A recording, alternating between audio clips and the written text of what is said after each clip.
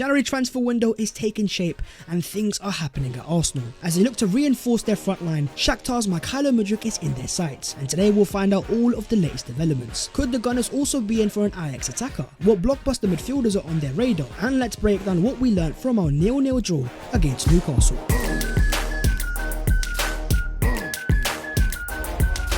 Yo, what is going on, guys? My name is Babs14 and welcome back to your boys channel. As per, I hope you guys are doing sensational and a big few days are coming up for Arsenal. So don't forget to smash a like if you enjoy the content and subscribe to the channel if you are new, as your boy is trying to get to 150,000 subscribers. But starting off with an Arsenal transfer update. 4 days into the window when Arsenal are negotiating, they are trying to sign players. Mikel Arteta says it's a question for Edu and the board to respond. We are trying to improve the squad in every window. This is no different. We will do our best because we cannot waste any window with the squad numbers that we have, so we shall try. Arsenal's main focus is to strengthen their front line. We have been scoring goals, but the game against Newcastle showcased a lack of options off the bench, and you might have the returning Emil Smith-Rowe and Gabriel Jesus. But if Arsenal want to compete with Man City and go head to head, a team that has the likes of Mahrez, Bernardo Silva and Foden coming off the bench, we need to build a squad, and Arsenal are being active. According to reports in Germany, Arsenal are one of the clubs in for Mohamed Kudus, but a summer move is more likely. Kudus is a very versatile attacker, and at 22 years of age, he's played at central midfield, central attacking midfield and also down the middle. And in the Champions League, he has scored 4 goals in 5 starts, and he was also thriving for Ghana at the World Cup, 2 goals in 3 games. Arsenal at their best this season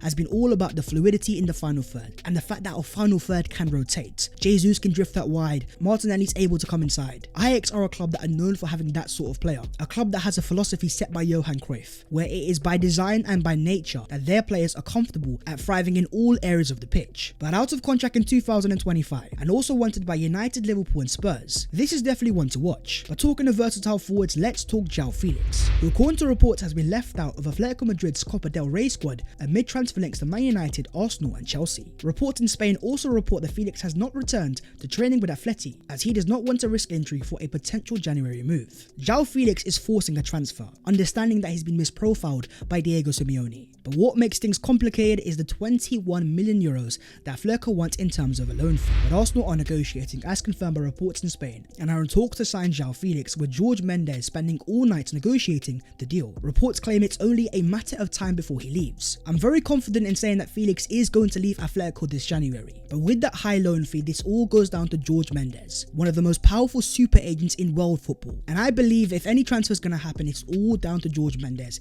him negotiating, getting the price down. I expect this transfer saga to drag, but as David Ornstein confirms, Arsenal want Felix and Mykhaylo Mudryk. The Shakhtar wide forward is the main target, and Arsenal have made multiple offers. And as Fabrizio Romano confirms, Arsenal's second proposal for Mykhaylo Mudryk is close to a €50 million fixed fee plus add-ons. Shakhtar are expected to make a decision. Personal terms have never been an issue, and Arsenal is the player's priority, but Chelsea will act if the deal collapses. €50 million base fee, around £45 million, but with add-ons it goes up to 62. It is a healthy offer, but Shakhtar are making this complicated.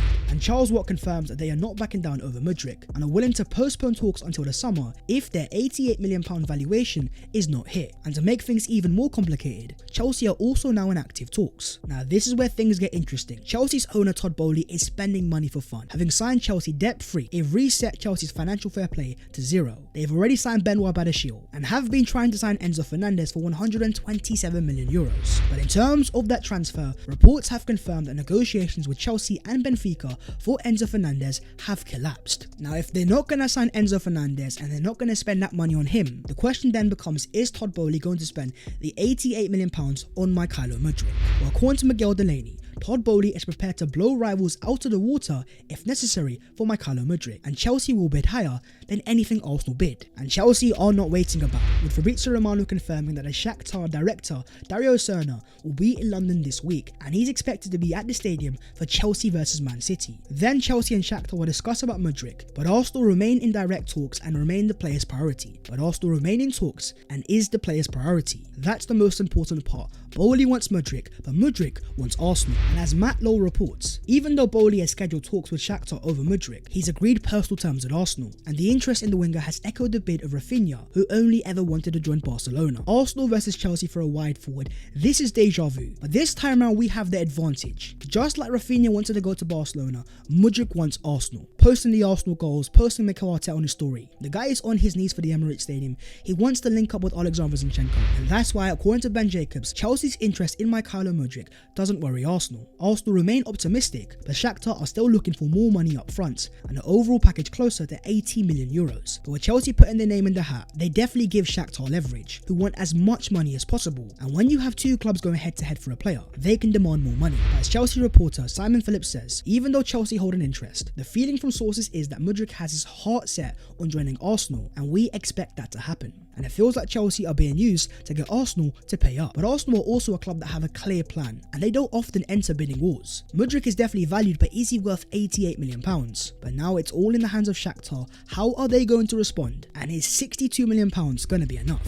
Moving on to other positions, as Fabrizio Romano says, Arsenal could look at signing a midfielder once they complete Mykhaylo Mudryk. But what type of midfielder are we talking? Is it a number 8 or is it a number 6? Well, in terms of a box-to-box number 8 and a blockbuster potential transfer, according to The Athletic, Jude Bellingham is admired by Arsenal's recruitment department. But the issue is twofold. There's the price and the competition. Borussia Dortmund believe that Bellingham is worth as much as 150 million euros. And even with the return to Champions League football, a transfer fee of that size plus the salary would stretch Arsenal's financial capacity to sign Bellingham. Talk to me about Jude Bellingham, who is a super talent. Some believe generational. He's still only 19 years of age. Looking to return to the Premier League, Arsenal would have to fight against Liverpool and Man City. Then you've also got Real Madrid. But if Arsenal can return to the Champions League, the youngest team in the league, the youngest manager, and Mykhaylo Mudryk showcasing that he can get the best out of those young players, it's a very enticing project. This would be gargantuan, but also very expensive. So do you believe Jude Bellingham is worth 150 million euros? But talking of expensive midfield signings, let's talk West Ham United's Declan Rice, who according to the Gunner blog is going to be available in the summer transfer market at least £80 million.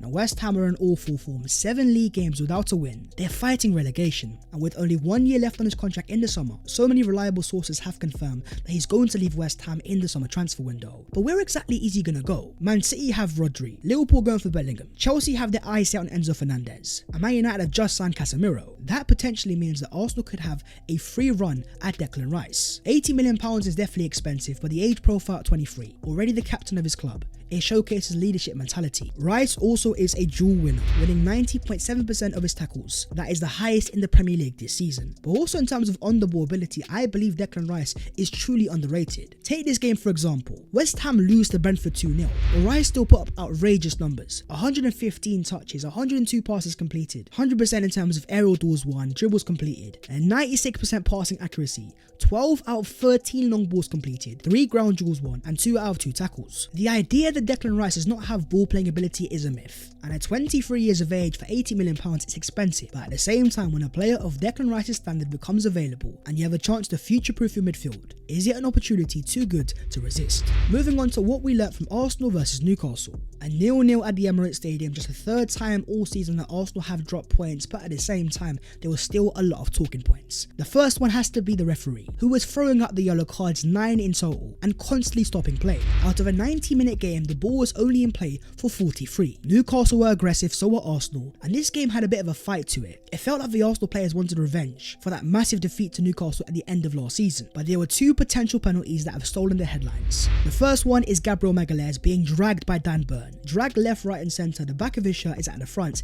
If that is not impeding, and it's not clear and obvious, then what exactly is a penalty? But then you had the second one, in the 95th minute of added time, a potential handball in the Newcastle box, and the Arsenal players were furious. They believed that was a handball. That being said, Mykhaylo Mudryk was furious after the game, saying there were 2 penalties. It's very simple. It was 2 scandalous penalties. I am so proud of the work that we have done, but I think we lacked an extra touch or movement to finish these chances in the game. Mykhaylo Mudryk was convinced it's a penalty, and he has taken matters into his own hands. According to reports, he will now vent his fury over the refereeing of Arsenal games in a face-to-face meeting with the PGMOL's new boss, Howard Webb. Webb is set to embark on a January tour of all 20 Premier Premier League clubs, including Arsenal. Mikel Arteta is not holding back. He believes Arsenal robbed, and so many Arsenal fans also believe so as well. But as the XG shows, Arsenal 1.15, Newcastle 1.13. This was a very equal game, but in terms of the rest of the stats, it showcases Arsenal dominance. 66% of the ball, 558 passes, and 66 final third entries. The field tilt shows that in the first half it was a head-to-head game, but in the second half Arsenal took control. We sustained pressure, we pinned Newcastle back, and speaking to the fans after the game, they were saying to me that is the hardest game they've had all season, and no team had dominated them like Arsenal. And a key reason behind that was the standout performances of Thomas Partey and more specifically Alexander Zinchenko. 82 passes completed, 37 final third passes, 24 forward passes, 14 passes between the lines, and 11 passes forwards under pressure. This is why he starts over Kieran Tierney, because his ability to move into midfield and form a midfield pivot alongside Thomas Partey, and the way that he was cutting the Newcastle defence constantly, is why Arsenal were able to play through Newcastle's press. Now, as the passing network show, the right hand side of Saka, Odegaard and Ben White was spaced out. The left side of Nketiah, Xhaka, Zinchenko and Martinelli is very close and is very tight. Newcastle did very well to cut off the passes to Martin Odegaard, and in terms of Xhaka, I think he was left wanting a little bit more. Arsenal definitely missed a runner, and Xhaka's inability to drive with the ball meant that Arsenal were unable to exploit the spaces. And I think this game kind of exposed the lack of squad depth that Arsenal have off the bench in terms of forward options. We couldn't rotate the likes of Martinelli or Nketiah. I love Fabio Vieira, but in a physical battle like this, it would have been difficult. And this would have been a perfect game for Emile Smith-Rowe, who is finally set to return. As Amy Lawrence of The Athletic confirms, Emile Smith-Rowe is expected to start against Oxford United in the FA Cup on Monday night. The return of the Arsenal number 10, it's going to be massive, and he is the type of player, the combinations in the final third, the 1-2s, the ball striking can be devastating, and in transition. As we saw last season, Smith-Rowe is a top goal scoring threat. And even if he's not starting straight away, off the bench he gives Arsenal a fantastic option. If Arsenal could then also sign on Mykhaylo Mudryk, then we could have some scary options off the bench. But in terms of the title race, Arsenal remain top of the Premier League, and they are now 8 points clear. Man City though have a game in hand, but that game is against Chelsea today at Stamford Bridge. Even though it was disappointing, it's not the end of the world. And as Pep Guardiola says, they played against Newcastle and they impressed me a lot. They dropped 2 points, but they didn't drop the quality in which they played. Performance is very important, and in this game Arsenal were trying the right things. It wasn't quite working out, but now going into the future, but now some big games are ahead. After Oxford, it's Spurs away in the Premier League, and they've been out of form recently, but they are back in business, smashing Crystal Palace 4-0 away from home. It is going to be difficult, but if Arsenal want to send a statement, winning at Spurs away would be a big one. Moving on to the other Arsenal news today, and starting off with the return of an ex-Arsenal captain, a former number 4 and a player that so many fans loved. That is right, Cesc Fabregas is back in Arsenal colours, alongside the Arsenal under-18s and Jack Wilshere, and reports confirm that he's working with Arsenal's academy staff, and Fabregas is back at the club as a part of his coaching development. He wants to be a manager after retiring. Currently playing in the second tier of Italian football, 35 years of age, Cesc is definitely in his twilight, a vast amount of football knowledge and experience, which is perfect for the development of the Arsenal youngsters. Stat time of the day: in the Premier League this season, Arsenal have conceded the least amount of big chances against, with only 19. Saliba and Gabriel have been authoritative, and they have ensured that Arsenal concede chances outside of the box. It gives Arsenal a fantastic defensive platform, and that's why Arsenal realise that if they can get the forward line going again, add in terms of quality and depth, and would have the potential return of Gabriel Jesus in February, who has posted a video on his social media confirming that he's no longer on crutches and he is working like a man who means business, a man on a mission to return as soon as possible. 8-point gap as it stands, but that can change very quickly, so let's see what happens in the game of Chelsea versus Man City. But that is the video there and there, so hopefully you guys have enjoyed. If you have,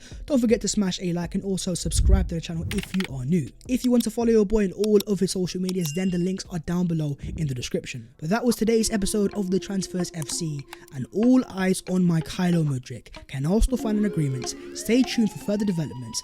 I'll see you next time. Take care and love it.